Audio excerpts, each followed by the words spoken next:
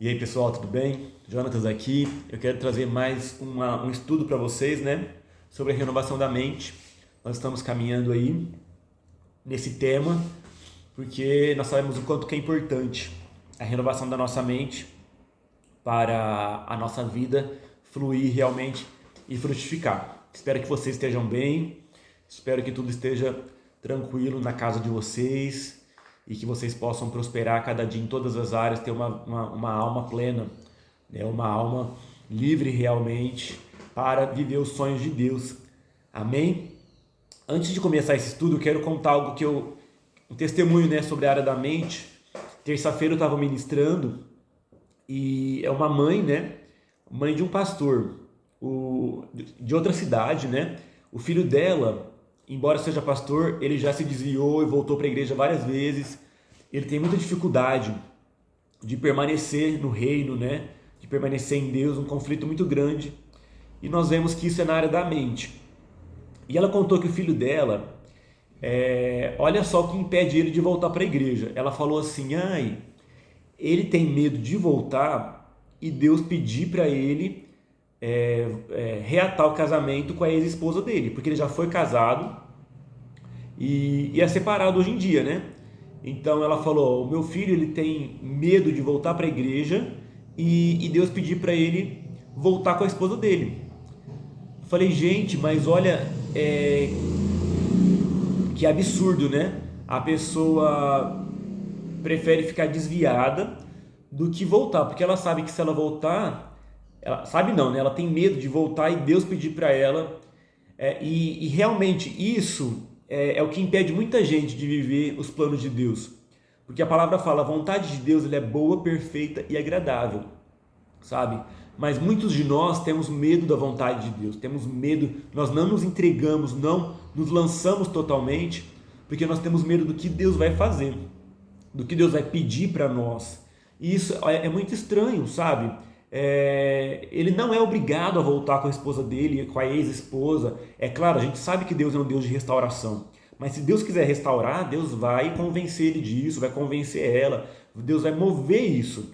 E isso é outros 500, né? Voltar para Deus e estar no reino, sabe? Não estar desviado, correndo o risco de perder a salvação, é mais importante, independente dele voltar com a esposa ou não, sabe? Isso já são outros 500. E se Deus, como eu disse, né? Se Deus quiser que ele volte, Deus vai convencer, não é aquela coisa que Deus vai obrigar. Então, muitos de nós temos medo da vontade de Deus, temos medo, não nos entregamos, não buscamos totalmente, porque nós temos medo do que Deus vai pedir para nós. Nós temos medo de Deus fazer a gente sofrer, de Deus fazer a gente, Deus vai me tratar, Deus vai me quebrar.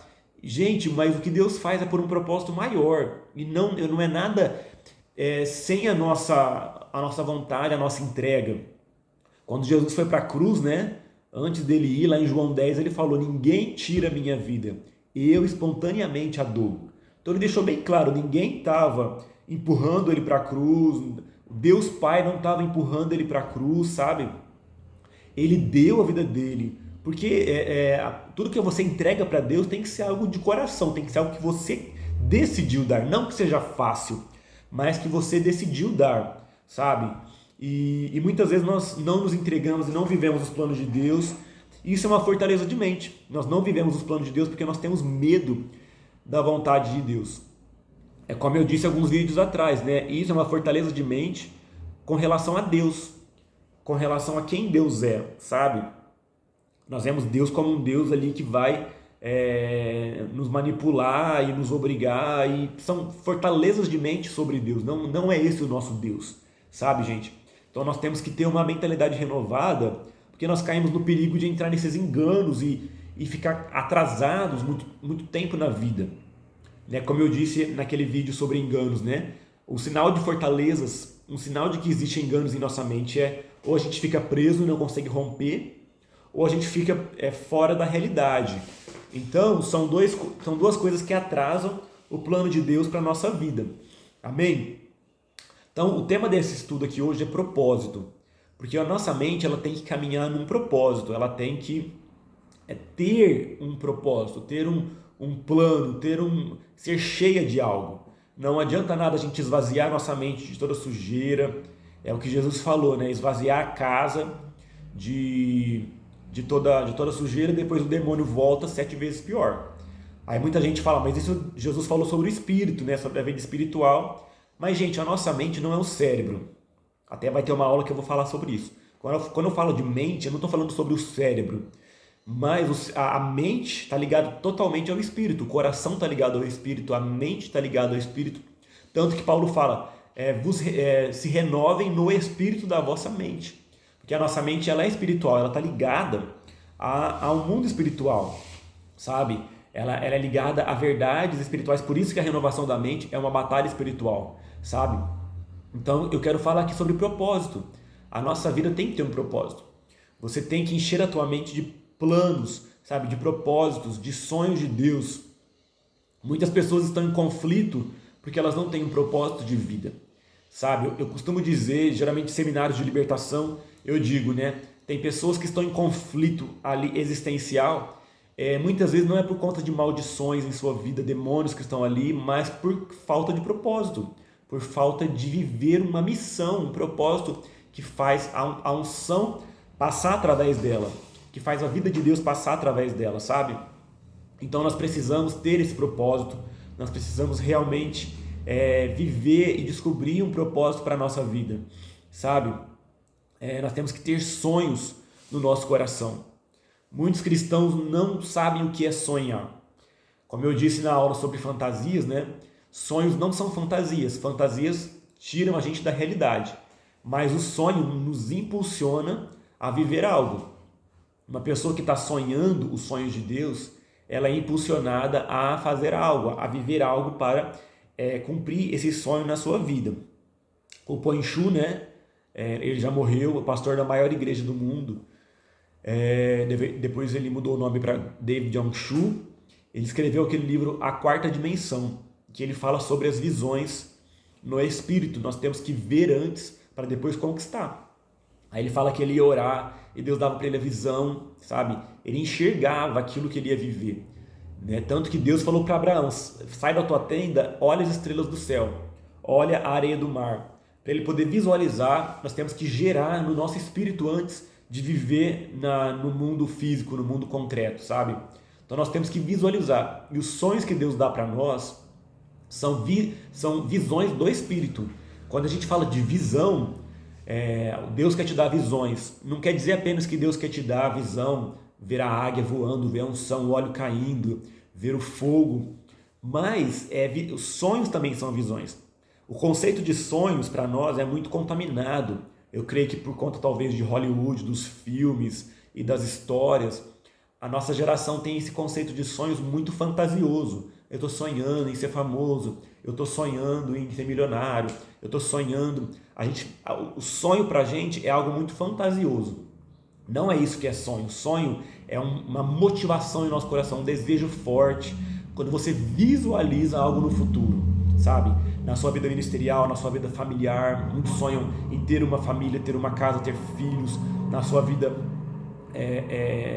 profissional, na sua vida família, contexto onde você vai estar, o que você vai conquistar na sua vida, filhos espirituais, frutos, dons, ministério fluindo, sabe? Nós temos que visualizar. Deus quer gerar em nosso coração os sonhos, e quanto mais específico, quanto mais a gente puder visualizar o que Deus tem para nós, a gente vai viver isso, sabe? Nós não podemos ser pessoas muito vagas assim, esperando Deus fazer e sem visualizar nada. Muitos crentes, gente, muitos cristãos, infelizmente, não sonham, não têm sonhos, não têm visões no seu espírito sobre nada, sabe? São pessoas vazias, são pessoas que estão apenas ali, empurrados, vivem os mandamentos, mas não têm sonhos, sabe, gente? E nós temos que entender o que realmente são sonhos, são propósitos.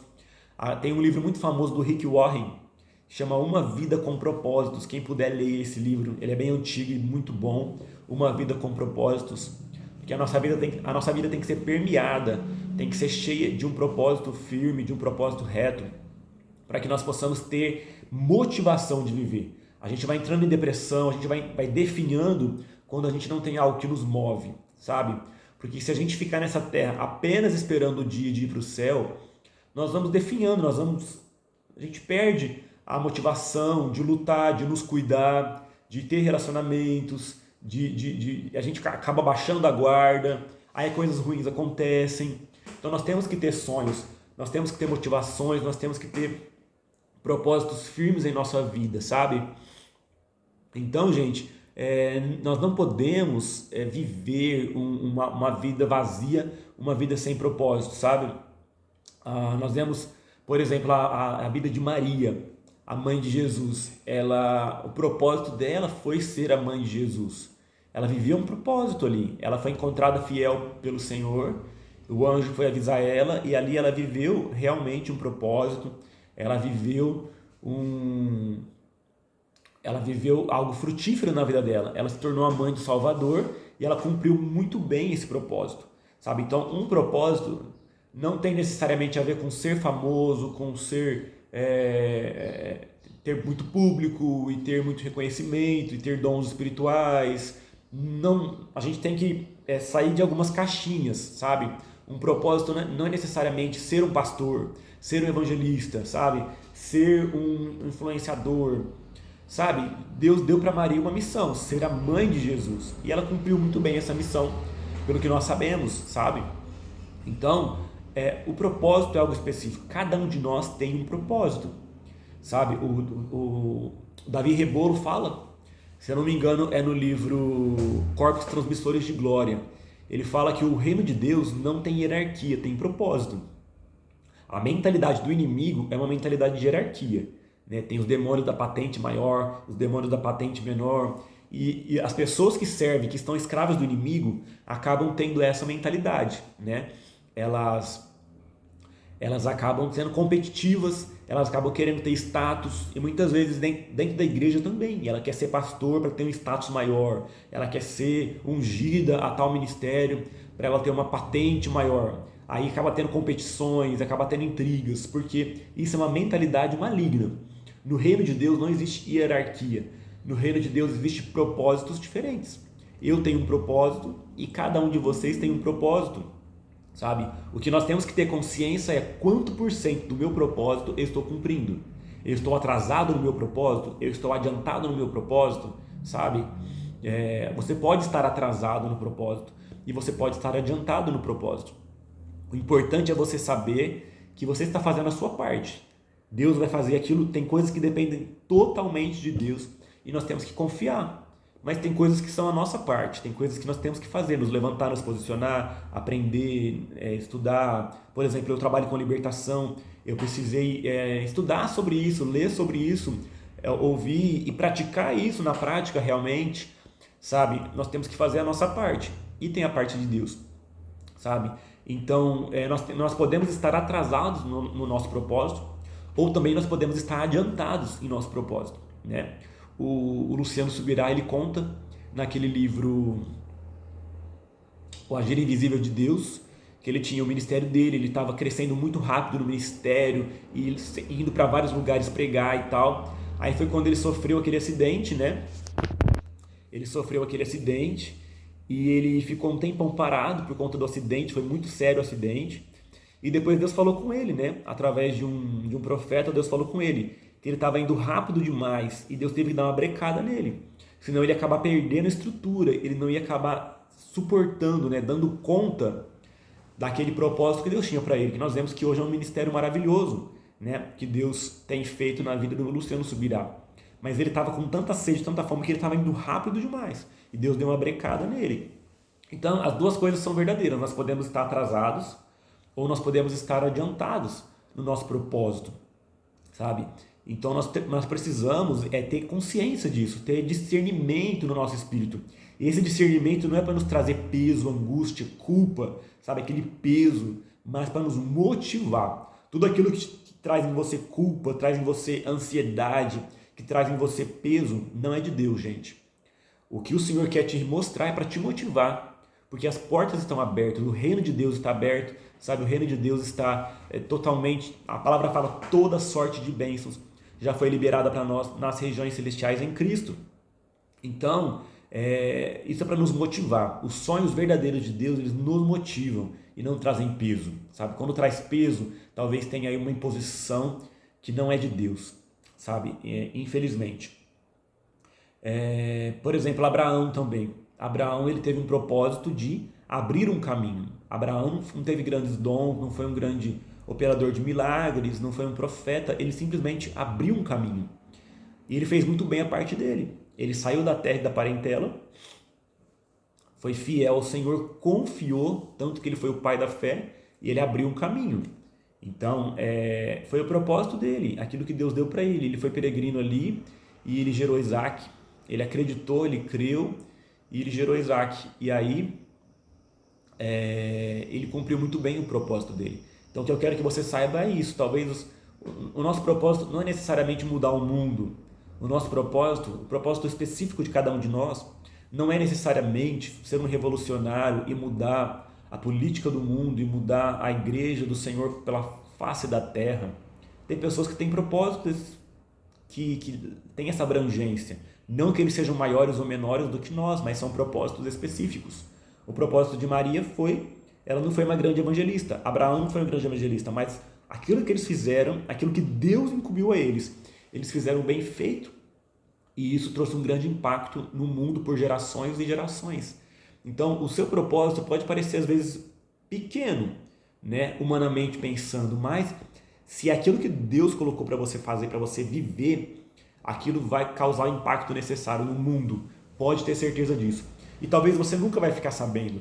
Talvez você vai morrer um dia, partir para a glória, e só lá na glória você vai saber o impacto que causou o teu propósito, aquilo que você viveu, sabe? Então, o que Deus tem trazido nas suas mãos? O que o Senhor tem colocado no seu caminho, sabe?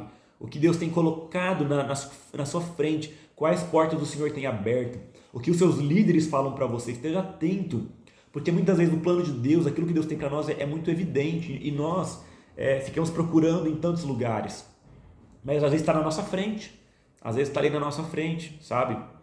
Tem muita gente que fala, né?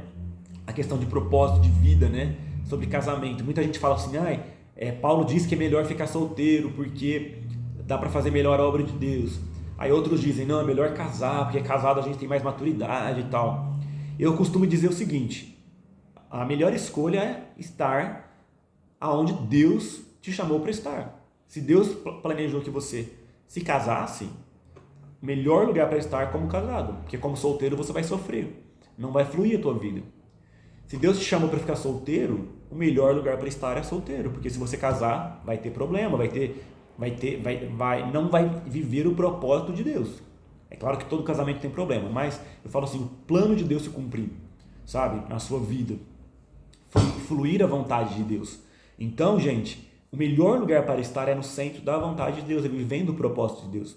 Falando parece fácil, mas na prática é difícil. A gente não vive 100% do propósito de Deus. Nós temos pensamentos, nós temos coisas do nosso passado, fortalezas de mente, sofismas, nós temos o nosso eu que grita, nós temos as vozes que falam na nossa mente, nós temos as vozes que falam de coisas erradas que a gente aprendeu e da sociedade, da cultura que a gente vive. Eu falei na aula passada, né, sobre a cultura da Grécia, que é muito forte hoje em dia, e tudo isso influencia muito a nossa vida, e nós acabamos não vivendo 100% do plano de Deus. Mas por isso que eu quero falar muito aqui sobre a mente, para que nossa mente seja renovada, porque quanto mais a nossa mente é renovada, mais a gente vive os planos de Deus para nós, sabe? O propósito de Deus para a nossa vida. Muitas vezes nós não sabemos qual é o propósito de Deus, sabe? Mas nós temos que estar obedecendo ao Senhor. O primeiro propósito é estar na presença de Deus, né? O Senhor falou para Abraão, anda na minha presença e seja perfeito. Então, muitas vezes o nosso propósito, o primeiro propósito é andar na presença de Deus, é obedecer ao Senhor. Muitas vezes nós não vamos saber, sabe, 100% do propósito, porque tem propósitos, irmãos, que eles vão se cumprir gerações depois, sabe? Nós vemos Susana Wesley, né, a mãe de John Wesley, ela cumpriu um propósito de ser uma mãe excelente, foi na geração do John Wesley, do filho dela, os filhos dela, né, Charles e John Wesley, que eles viveram um grande propósito, mas até hoje nós colhemos frutos disso, daquilo que eles construíram.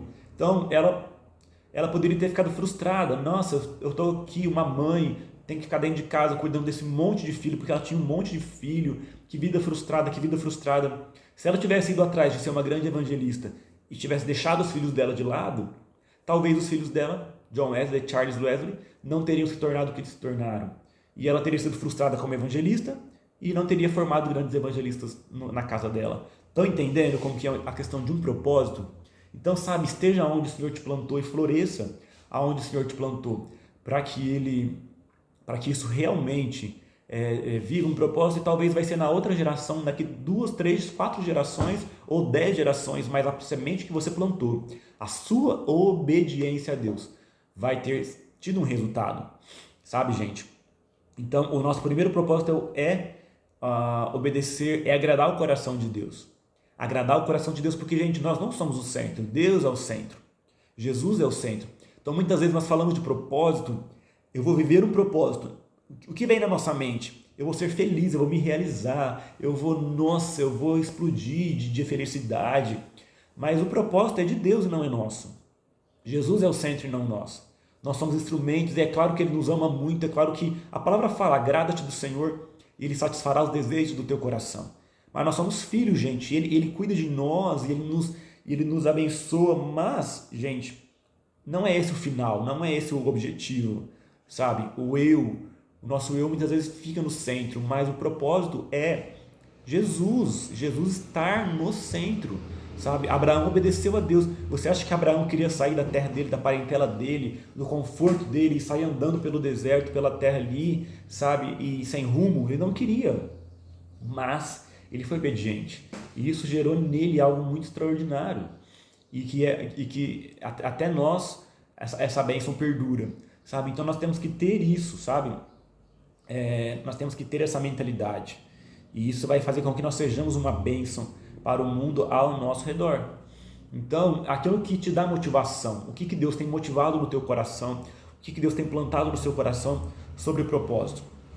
Outra coisa muito importante, nós temos que ter muito conhecimento dos nossos talentos, habilidades, capacidades, potenciais que o Senhor nos deu, porque o Senhor nos deu habilidades para o propósito, sabe? Nós conseguimos entender muito sobre o nosso propósito quando nós temos verdadeira consciência de quais são nossos talentos.